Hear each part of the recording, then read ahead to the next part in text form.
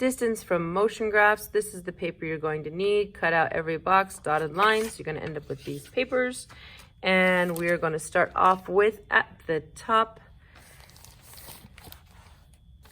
here, displacement versus time graphs. Find these two graphs of displacement versus time. Go ahead and get those glued in. Just a drop of glue in each corner is plenty. Doesn't need a lot of space. Make sure there's some space between them. With this graph, make sure it gets pushed all the way to the edge of the paper.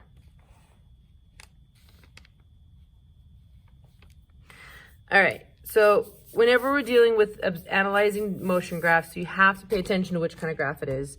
This is a displacement versus time graph. The others are velocity versus time graphs. Okay, so we're paying attention to these graphs first. Analyze the graph and figure out the distance the object has moved. That's pretty easy to do on a displacement versus time graph. You just have to be conscious about which type of graph you're looking at and what it is you're analyzing.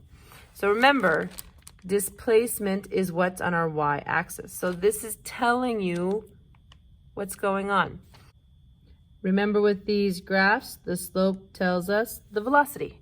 The easiest thing sometimes with these is just to write down what's happening. If you can kind of keep track of what's happening in each segment, you're less likely to get lost into what's happening overall. In a displacement versus time graph, it's starting at the reference point and it's moving at a constant velocity. All right? This is a constant velocity. And because it has a positive slope, it's a positive constant velocity, meaning it's moving in the positive direction. It's moving forward. And then right here, it gets 8 meters. So it's moving from away from the reference point, 2 meters, 3 meters from the reference point, 5 meters, 6 meters, 7 meters, 8 meters. Now it's 8 meters from the reference point, and then it stops. And right here, it's just at rest. It's just a constant 8 meters from the reference point. Time's passing, but it's not going anywhere. What distance has the object traveled during the first 4 seconds? All right. Well, first 3 seconds, we'll say this. So from 0 to 1, 1 to 2, 2 to 3, 3 seconds. Well, right here on the graph, 3 seconds, it's traveled 6 meters. It's traveled 6 meters in those 3 seconds. So the distance, the displacement is through 6 meters from the reference point. It's traveled 6 meters during those 3 seconds. Okay? If I want to analyze it at a different point, if I want to say, okay, what about at 8 seconds? The distance traveled at 8 seconds. If I'm going to see at 8 seconds how far it has traveled, well, right here at 8 seconds, it is 8 meters from the reference point. So that's its displacement. It only traveled one direction and then stopped and stayed at rest. It didn't go back, forward, or anything like that. So 8 meters is both the distance and the displacement at 8 seconds. Okay? So just kind of observe, analyze, it's just about reading the graph. So what if we do get a slightly different scenario here? Let's look at this graph. First, my apologies. For some reason, the way this graph printed, it just completely cut out the reference point there. So when displacement is equal to 0, I'm having to draw that in there. All right, so let's now analyze this graph. So it's starting at the reference point. It's moving at a constant positive velocity. Okay, so it's a positive constant velocity. And then right here, it's going to be at rest. And then right here, it's moving at a negative. We've got a negative slope, a negative constant velocity. It's passing the reference point, and then it ends up at rest again. So, analyzing position. All right, what's its position at 3 seconds? So position, it went to the 1 meter from the reference point, 2 meters from the reference point, 3 meters from the reference point, and it's still 3 meters from the reference point. So it tells you right there. But now he's going backwards. So we can do a difference between distance and displacement. So let's look at maybe 6 seconds. Analyzing at 6 seconds. So right here, at 6 seconds, he's gone 3 meters forward, and now he has gone 2 meters backwards. So the distance okay? And the distance is that 3 plus 2 more for a total of 5. But the displacement, he moved 3 north, 2 south. He is 1 meter in the positive direction north from the reference point. So distance and displacement are a little bit different. Let's look at my last, let's look at 10 seconds. All right, so at 10 seconds, from 0 to 10 seconds, what is the distance traveled? He went 3 meters north, but remember, direction doesn't matter because it's distance. So he went 3 meters, and then he went 1, 2, 3, 4, 5 meters, and then he was at rest. So 3 plus 5 equals 8. A total of 8 meters distance from 0 to 10 seconds. But from 0 to 10 seconds, the displacement. He went 3 meters north, and then he went 5 meters south. So the total displacement, 3 north, 5 south, we subtract those, we end up with 2 south. Well, right here, -2 displacement, 2 meters south. All right, that -2 position. The graph directly tells you the distance or the displacement depending on how you read it. So that's displacement versus time graph when we're looking at distance. That's pretty easy. Those are fairly straightforward, easy to understand. Now, for our next set of graphs, velocity versus time graphs, it gets a bit more complicated. For quick reference, remember that the slope of a velocity versus time graph tells you the acceleration. When we're dealing with these graphs, the distance traveled by the object is measured by calculating the area under the graph.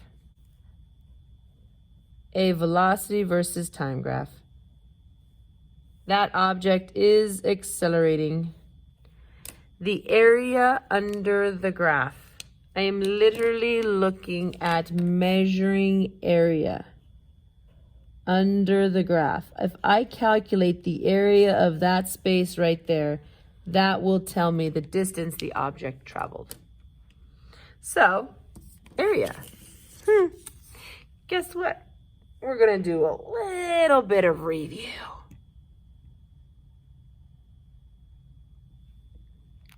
Over here on the OOPS page. Formulas that are valuable that you need to review. First, we are going to write down the ever important slope equals the rise over the run. That's just the formula for any slope on any graph. Rise over run. Now let's talk about area. The area of a rectangle. If I want to calculate the area of a rectangle, we need length and we need width, and all we have to do is multiply. So the area is the base times the height. Fairly simple. That should be an obvious, simple review. Now the area of a triangle. A little bit more complicated. With an area of a triangle, you have to know the perpendicular height of the triangle.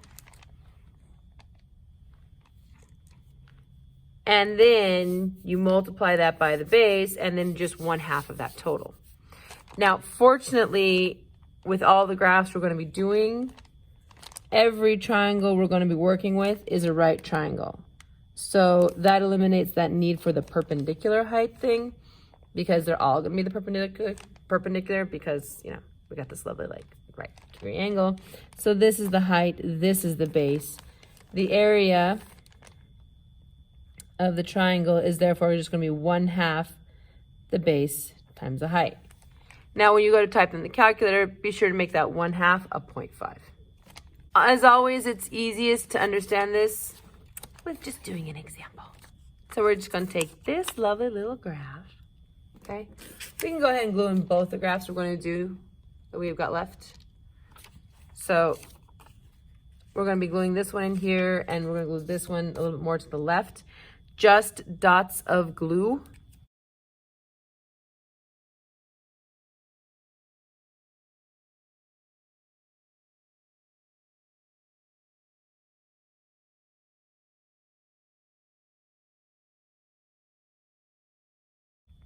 With this one, leave a little bit of space below it. The bottom one, leave a space down below here. We'll occupy that. A speed versus time graph, same thing as a velocity versus time graph. Analyze a little bit here. We have a starting off at rest of velocity of 0, and it's going faster and faster and faster and faster and faster and faster and faster and faster. It is accelerating. And then it reaches that 8 meters per second. It stays at 8 meters per second and 8 meters per second and 8 meters per second and 8 meters per second. That is a constant, and in this case, positive velocity because the speed is positive, moving in the positive direction. So these velocities are all positive. It's all moving in the positive direction, constant velocity. So accelerating into a constant velocity. Now, if I'm going with this idea of area under the graph, I've got 2 different shapes to analyze. We first here, from 0 to 4 seconds, we have a triangle. So the area of a triangle is 1/2 base times height. So the area, which is going to tell us the distance, we're going to take 0.5, the base. So from 0 to 4 seconds. So it's measuring in time. That's 4 seconds. Our x-axis is time. The base is 4 seconds. I'm going to multiply that by a height of 8 meters per second. In my calculator, 0.5, well, actually I can do this in my head. 0.5, half of 4 is 2, 2 times 8 is 16. Seconds multiplied by meters per second. I'm going to do a little side note here. What's happening with our units? We have the area, we're multiplying seconds, and we're multiplying that by meters per second. When you multiply that, those seconds, numerator, denominator, they cancel, and you end up with meters. Distance measured in meters. Haha. Pretty cool. All right, now over here. From 4 to 10 seconds, we have a rectangle.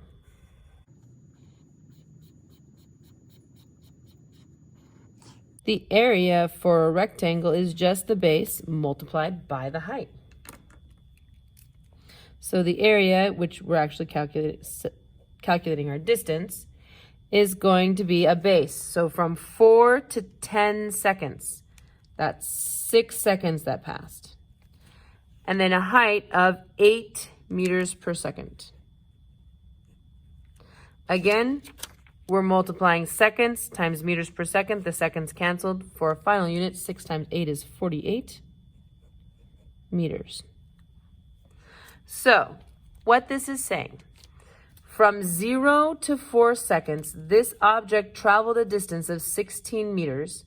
And then during the next 6 seconds, at a constant velocity of 8 meters per second, it traveled 48 meters. Now let me show you this with formulas. We know that speed is distance divided by time. If I take this formula and put it into the magic triangle, I can rearrange that. Distance is the speed multiplied by the time. Speed measured in meters per second and time measured in seconds. That's what we're doing here. We're taking the time and the speed. We are multiplying the time by the speed. Over here, we're multiplying the time in seconds by the speed in meters per second.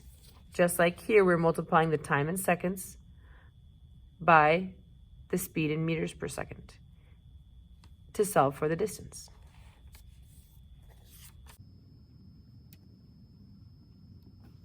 Okay, from 0 to 10 seconds, all I have to do is take the 16 and add it to the 48 to get a sum of 64 meters. So the total distance traveled, there you go. All right. Now we're going to make it a little bit more interesting. Here we have positive velocity, and then we have negative velocities. Ooh. If you look carefully at this graph, it's already done the areas for you. From 0 to 2 seconds, it increased speed from 0 to 3 meters per second. So the base times the height, 2 times 3, half of that is 6, half of that is 3. So the area of that is 3. This one, 2 seconds at a speed of 3 meters per second, the area is 6. This one, 3 seconds, height of 3, 3 times 3 is 9, half of 9 is 4.5. Here, 2 seconds, height of 2, half of that, 2 times 2 is 4, half of that is 2. And then 1 second at 2 meters per second, 2. So those calculations are already done for us. The reason why we need to do this is we need to notice we have both positive and negative values. This gets interesting. All right, so if I want to calculate the total distance, remember with total distance, direction doesn't matter. So I'm just going to add up 3 and 6 and 4.5 and the 2 and the other 2. And when I add those all up in the calculator, I get 17.5 meters. So that's how I'd calculate the total distance from 0 to 10 seconds. But what about a total displacement? Displacement's going to be different.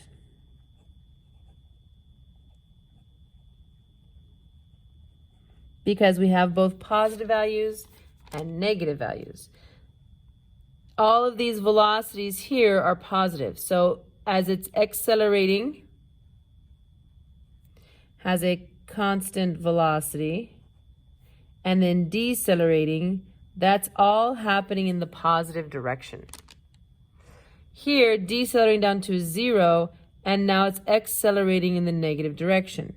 So this is an acceleration, and this is a constant velocity in the negative direction. Let's do a vector diagram. Distance displacement vector diagram, a displacement vector diagram. So, traveled 3 meters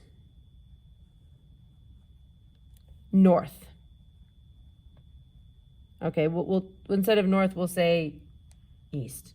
3 meters east. And then traveled 6 meters east, twice that distance. And then traveled 4.5 meters east.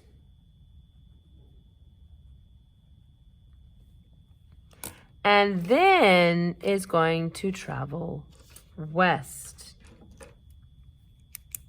going the opposite direction. These are going in the negative direction. So going backwards 2 meters, and then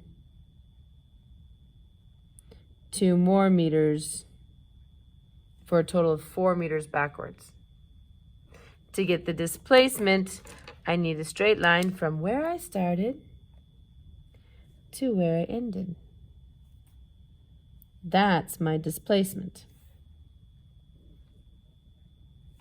So I would add those up, and then I subtract those two. So for my total displacement, I go 3 plus 6 plus 4.5, and then I'm going to subtract 2 and subtract 2 more. When I do that in the calculator, 3 plus 6 is 9, 9 plus 4.5 is 13.5, minus 2 gives me 9.5 meters. Positive, so we have positive north or east direction. So these were we'll say the north. These are the ones that are going south. So my total displacement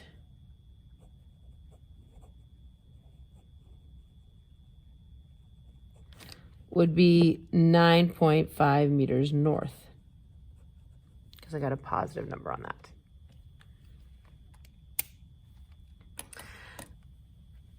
Okay, that's the notes to introduce the idea on how to analyze these graphs.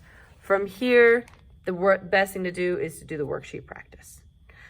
There you go.